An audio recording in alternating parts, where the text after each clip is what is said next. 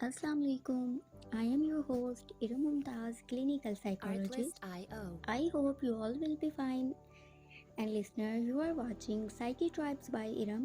तो आज हम स्टडी करेंगे historical background of psychology. Historical background of psychology को दो पार्ट्स में डिवाइड किया गया है। First one is pre scientific period and second is scientific period. Pre scientific period को देखा जाए तो इसकी फर्दर 3 डिविजन्स हैं: Greek period, middle ages and Islamic period. Second period की फर्दर 2 डिविजन्स है: रिनाइजेंस period and modern period.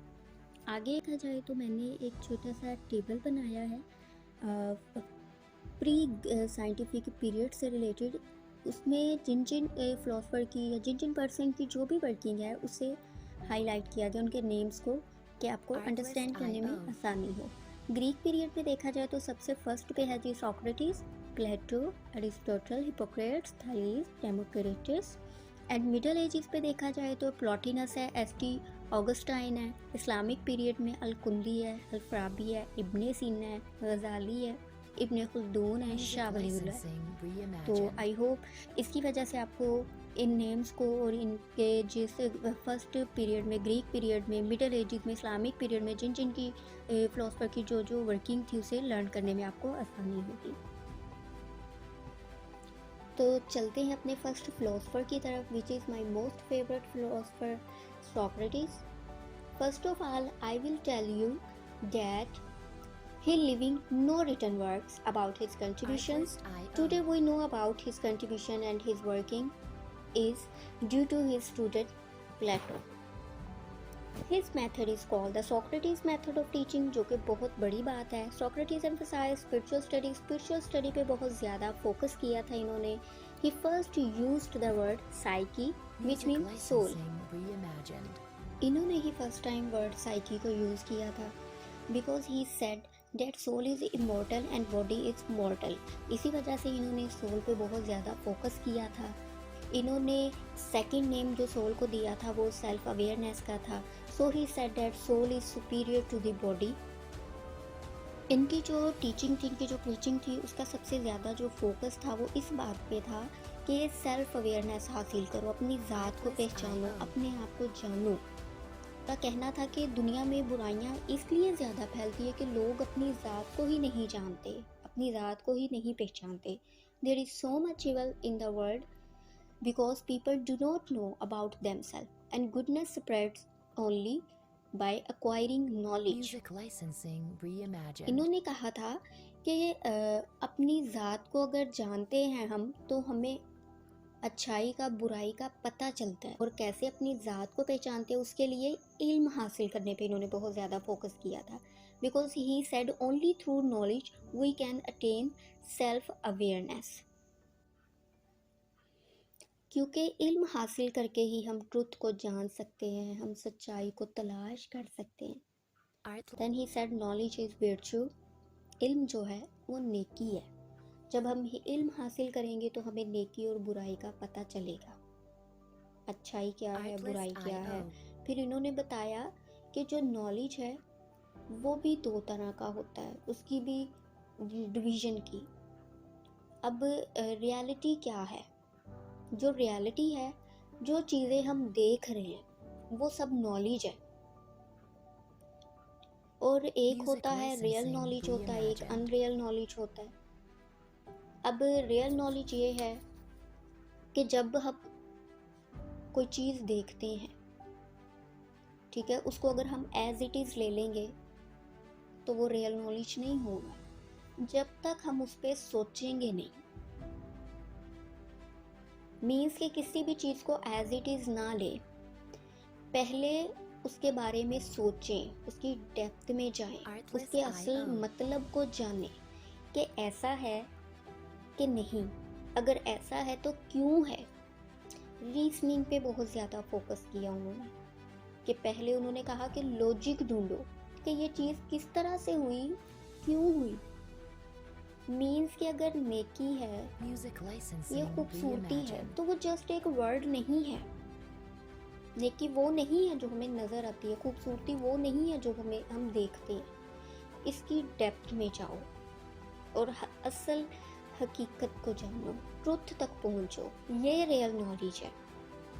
Second उन्होंने कहा था कि अनरियल नॉलेज वो होता है जो थेरीज होती हैं, थॉट्स होती है, जिनका कोई प्रूव नहीं होता या जिन पे हम सोच विचार नहीं करते, कोई भी लॉजिक नहीं ढूंढते, उनको एज इट इज कबूल कर लेते हैं, वो रियल नॉलेज नहीं होता, वो अनरियल नॉलेज होता है।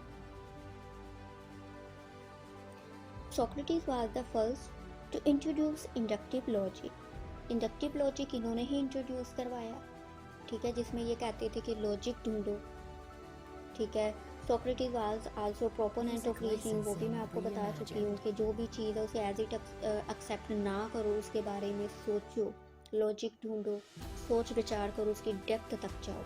In order to find out what was hidden in people's mind, he used a method in which he would ask people's questions and motives and ask them questions and convince them with arguments.